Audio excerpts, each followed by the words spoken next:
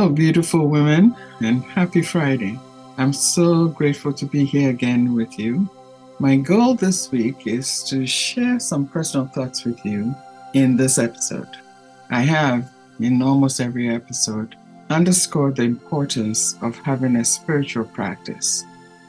And I feel it is pertinent to share a personal journey, an initiation I experienced, because it showcases how your world could open up when you are tapped fully into the spiritual intelligence that is available to us, and let it guide you in everything that you do. My goodness, you'll be in for a real treat. And I share this with you because I think as you get to know me more, you understand why I say certain things in my podcast and in my reflections and on my reflection platform as well. And I'll include the links in the box so you can check it out yourself. Thank you. Now, the title of this episode is Breathe, and I'll share the reasons at the end. In chapter 6 of my autobiography, titled New Beginnings, I feel interestingly that I am back at the stage again, with new and wonderful things happening in my life. And yes, we all go through many cycles of growth. And so I want to share an initiation that I experienced, and I've had several, many I should say. And with time, I'll continue sharing and bringing you along. Now, one of the things I tell my clients often is that I never tell them to do something that I haven't tried myself, right? So here we go. I have had many experiences, from visions to dreams and altered states of consciousness, that opened doors for me to witness an infinite pool of wisdom in the universe. To know that I am part of that pool of wisdom has been the greatest gift. An experience after a meditation class one evening left me exhilarated. That night in my dreams, I left my body and traveled with 3 companions, 2 females and a male, into cosmic space.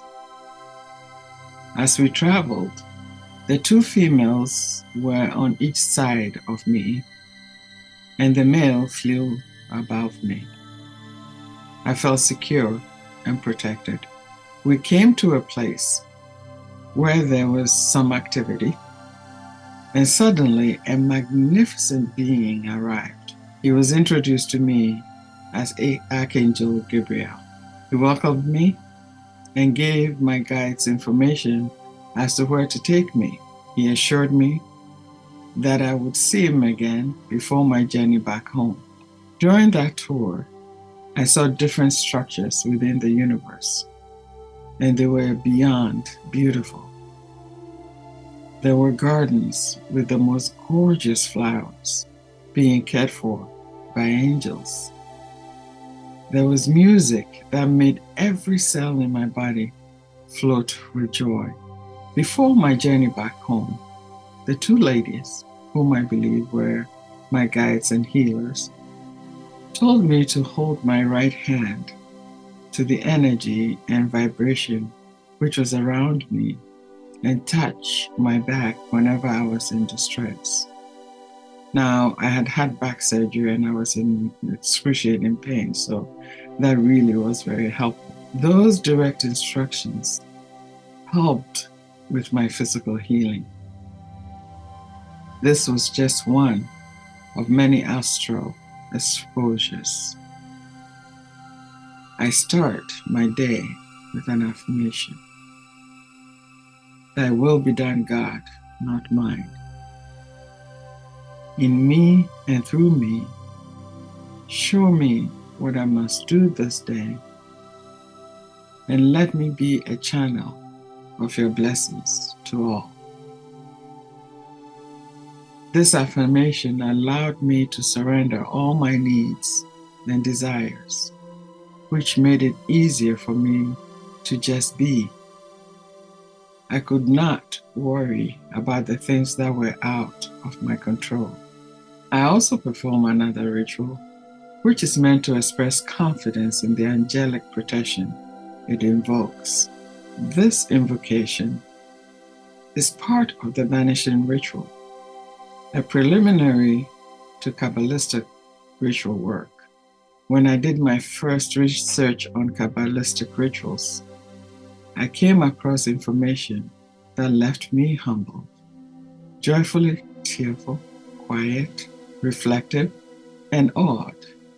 The banishing ritual, which was recited in Latin originally, was meant to create and stimulate one's psychic abilities. The visualization techniques involved creating the etheric likeness of four archangels: Raphael, Michael, Gabriel, and Uriel.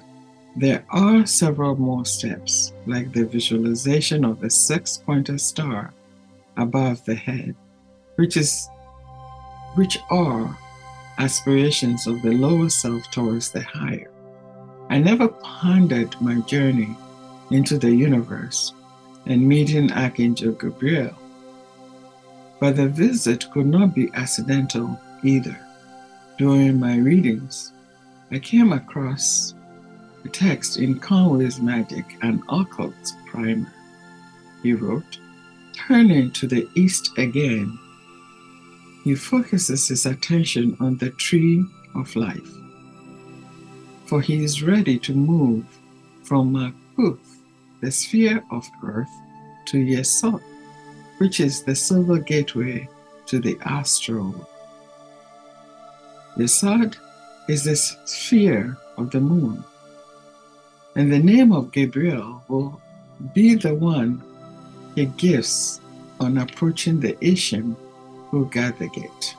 This find not only confirmed my experience in the astral world, I also recognized with astonishment that I was introduced into this experience long before I was aware of the astral plane, journeying, rituals, and vision. I received further confirmation of this interaction with Archangel Gabriel in another dream. In that dream, I was getting married, and I was given a statement to read. It said that Archangel Gabriel would always be close by to protect me.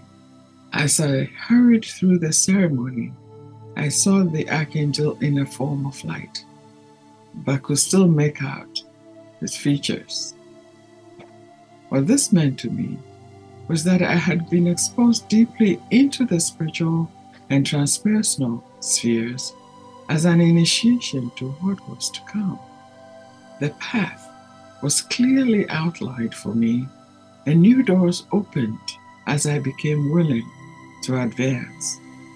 There were difficulties that I encountered on the path of individual growth and development. Personal growth came with its own pleasures and difficulties. Each step forward into unfamiliar territory had its dangers. The dangers often involve dealing with separation from familiar things, even old habits and behaviors that can be experienced as a kind of death and rebirth, loneliness, and fear. Separation also required me to give up an easier routine for a more demanding, responsible, and seemingly difficult life. It often took time to get used to a new spiritual, emotional, mental, and physical disciplines. Also, developing faith was not an easy process because I learned it did not emanate from spiritual practice alone, but from the depth of one's soul. It took time and devotion to develop, and it is what opened the door to high-level revelations. Learning to surrender to a supernatural source was also a big adjustment. That discovery and my relationship with destiny, whatever it may be, brought forth images and desires from my soul. It was inspiring sometimes to state with such certainty that I knew what I had to do to be fully engaged on my spiritual journey. I also understood what it meant to hold my thoughts and passions in the outer world while finding interior ways to nourish my soul. That was simple, really, because that assurance came from within and was established and intensified with continued spiritual commitment and practice. My practices included meditation, aura cleansing, massage, aromatherapies, and outdoor activities. Each practice enhanced the peace and joy I experienced daily and heightened my ability to create some balance in my life. When I was out of sorts, worried, and fearful, I knew I had lost the balance between my conscious and unconscious. Inner work comprising prayers, meditations, dream work, ritual, and imagination or visualization helped me to restate that balance. Through these practices, I drew on inner strength and resources to resolve inaccurate perceptions and challenges. The alignment of thoughts, emotions, and actions heightened my awareness and gave me the chance to tap into the higher parts of myself. Ultimately, I was able to live with enthusiasm and experience the purpose of my journey. Because my heart was opened, I could appraise my knowledge and wisdom. Between the balancing of my feelings, thoughts, awareness, strength, and wisdom, I could see the universe as it truly was. I was exposed to a level of learning that was impressive. I felt that way because I came across information and theories that explain some of my own personal encounters. It was difficult oftentimes to explain or share some of the transpersonal exposures, especially with others who might not have had the same frame of reference. But it was extremely consoling and awe-inspiring to read a text or come across information that substantiated my experience. I also learned firsthand that when I knelt down to pray, I could not only offer the ailing parts of me for healing. I have done that all my life, and being specific on the portions I invited Spirit to touch was self-serving. It never worked. Offering my heart to Spirit began my soul's journey and brought healing into all aspects of my life. Whatever healing I was searching for took a new form, shape, and attitude each time I surrendered. The same transition period brought me experience of the depth and compassion of the human heart, because a lot of friends and family cooked, grocery shopped, and offered many other things without my needing to ask. It was during those times and expressions of empathy that I knew the universe knew my name, Mensimah. I knew that it mattered to others that I was here. I learned about my own misconceptions about healing and from where they really came. I recognized the anger I expressed towards everything held me back from feeding my passions. My desire to fight was one of the reasons I stayed alive. My fears, especially in my dreams, were an illusion that separated me from inner truth.